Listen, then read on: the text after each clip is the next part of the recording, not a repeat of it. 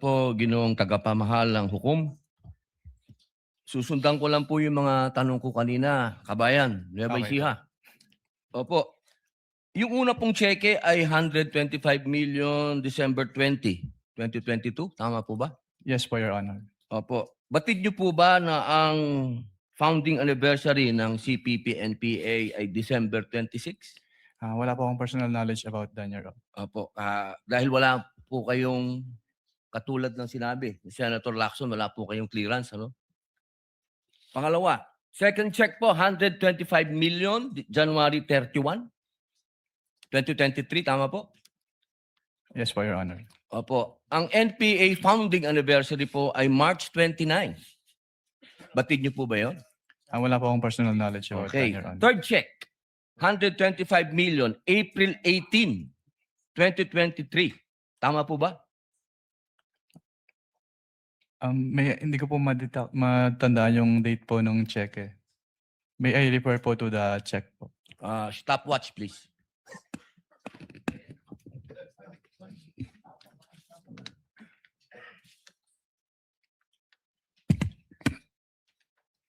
April 18, 2023 po, yung 125 million.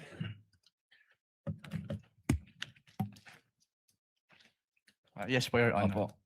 Ang 50th po, golden anniversary ng NDF, National Democratic Front, ay April 24. Kaya ko po nabanggit lahat to. Ito pong mga dates na to, nung December 26, March 29, April 24, lahat po ito, walang nangyaring attack.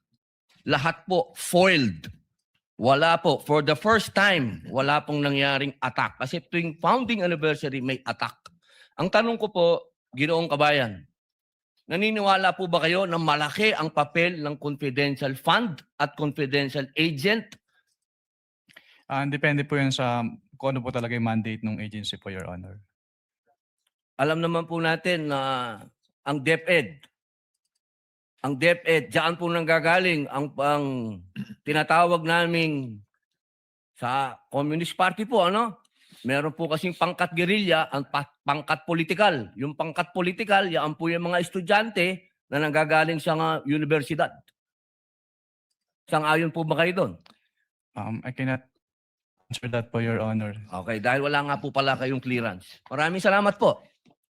Thank you, Senator Judge Padilla. Before I let you go, Attorney Wamil, just to continue in the points I raised earlier, and to clarify it for the Senator Judges, under 8.3, dapat may failure to liquidate at demand bago maging prima facie. Tama po ba?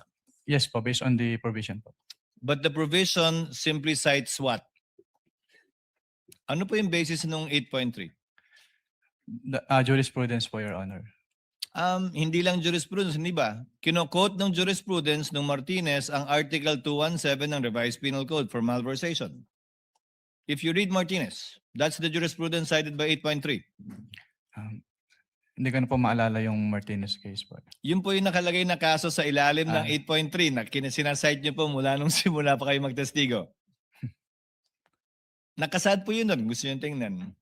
May I Kindly refer po? give him the joint memorandum circular which he has been quoting from since the beginning.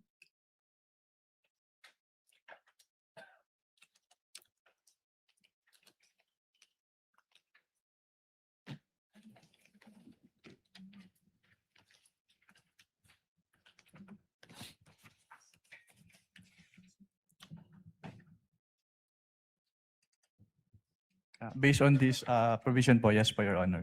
You've been quoting 8.3 the whole day yesterday and today, so I guess you should know the basis. The Martinez ruling of the Supreme Court, which in turn only cited Article 217 of the Revised Penal Code. Are you aware of that, Attorney Wamil? Which basically says na may prima facie para mag-file ng information ng Sandigan Bayan laban sa isang opisyal. Yan po yung kasong yan, hindi po ba? Are you familiar? Hindi ko na po ma-recall po, Your Honor. Now, to go to the details, failure to liquidate. Pag may AOM po bang in-issue, failure to liquidate na yon? Yes or no? No pa po. Pag nakadalawang AOM, failure to liquidate po ba yon? Hindi pa rin. Hindi pa rin po. Pangatlo hanggang panglimang AOM na kulang pa rin yung sinasubmit, may failure to liquidate na po ba?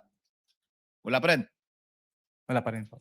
Pag nag-notice of suspension, may failure to liquidate na po ba?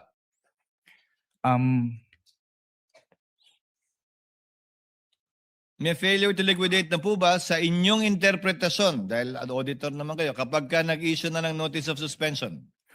Based on the definition po kasi yung notice of suspension, nakalagay po doon na it appears that the disbursement is illegal, irregular, or improper. So It appears, but is it within the purview and definition of failure to liquidate according to your interpretation?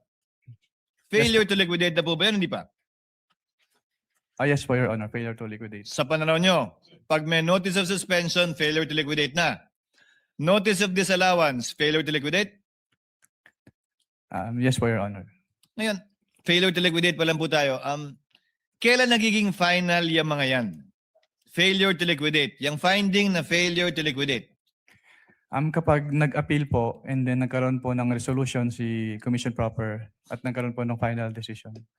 Final and executory na po siya immediately or after X days?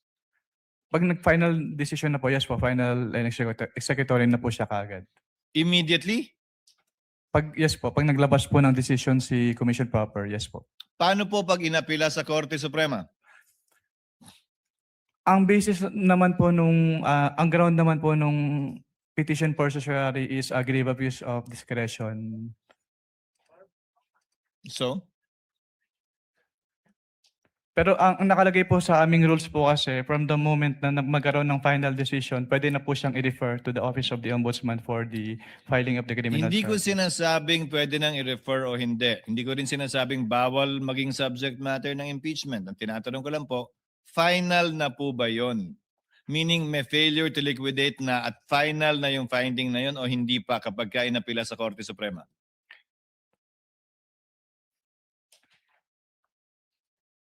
As a lawyer, Attorney Wamil, come on.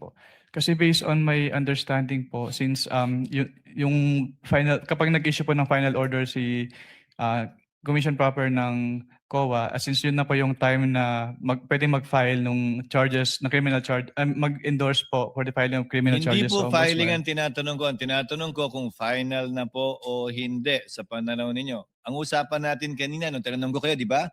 Yes po. Executory siya, maliban na lang kung may TRO, pero hindi Yes, po. pa final yung decision. Yes po, Your Honor. Pero tama ka, pwede mag-file dahil ang requirement lamang naman para mag-file ay prima facie. Yes Diba? po, Your Honor. Yun nga yung sinasite yung kaso sa Martinez. Yes po. At kaugnay naman po ng demand, ang AUM ba may demand? Yes po, since nire-require po yung agency to comply, to submit. Yung po ba yung sinasabing demand sa 8.3? Mag-comply o magbayad? Hindi po ba ang requirement ng 8.3 ay mag-restitute na, hindi mag-comply? Ang nakalagay po kasi dito, liquidate po. So yung submission po ng liquidation requirements. Nakalagay po ay failure to liquidate is prima facie. Failure to liquidate and upon due demand is prima facie. Di ba? Yes po, Your Honor. May demand ka ba sa AUM mo? Yes po. Saan nakalagay dun? Saan po nakalagay sa AUM yung demand? Doon sa last paragraph po na hinihingi yung comments and to submit po the supporting documents. So hindi restitution yung pinag-uusapan natin nito. Demand to submit documents. Yes po. Yung restitution po, Your Honor, kapag may ND po, may notice of disallowance na na-issue. So basta may demand, so sa AUM mo may demand na pero wala pang failure to liquidate. At ang definition mo ng demand is demand to liquidate, hindi To po submit the mag-restitute. documents po. Yes po, Your Honor.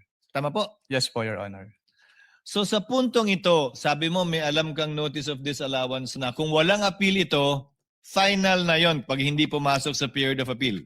Yes po, naging final na executory po siya, Your Honor. Finally, as a lawyer, if it is appealed to the Supreme Court under whatever relevant rule, 45 or 65, as a lawyer, does that make the decision of the COA final, or does that mean it's not yet final until and unless ruled upon by the court with finality? Yung decision po kasi ng COA ay may different aspects. Meron po yung i-restitute,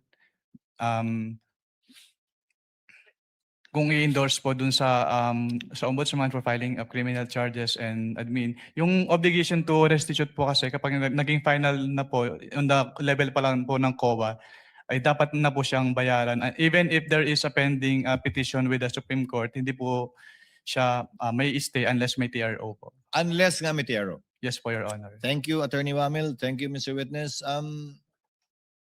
You don't want to have lunch yet, Senator Judge Risa? Yes, Senator Judge